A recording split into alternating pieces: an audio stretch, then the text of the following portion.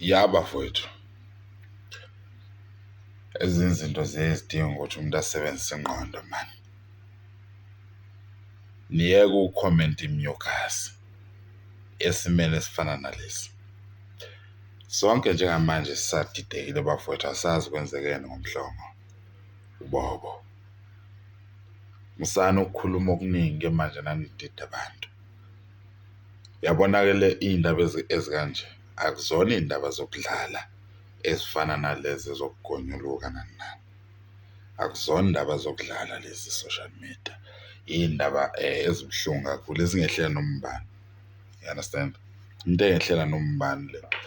Manje sekukhona abantu asebesho 100% sure manje. Umuntu uhlala eJimston, le nto yenzeka ngapha koKagiso. Usuyazi wena ngokubona isithombe ku-social media. Ibuhlungu le nto eyenzekile bafowethu kakhulu. Kakhulu, kakhulu. Mina nje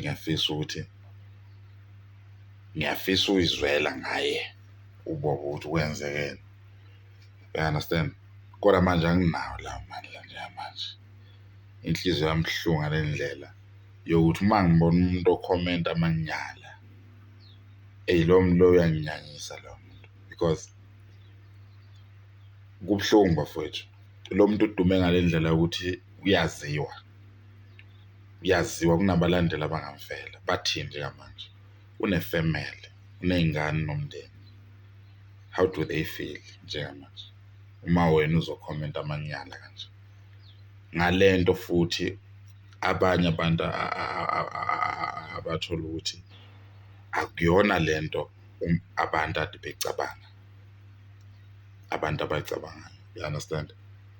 So ake nilinde kancane, saniba maphakaphaka.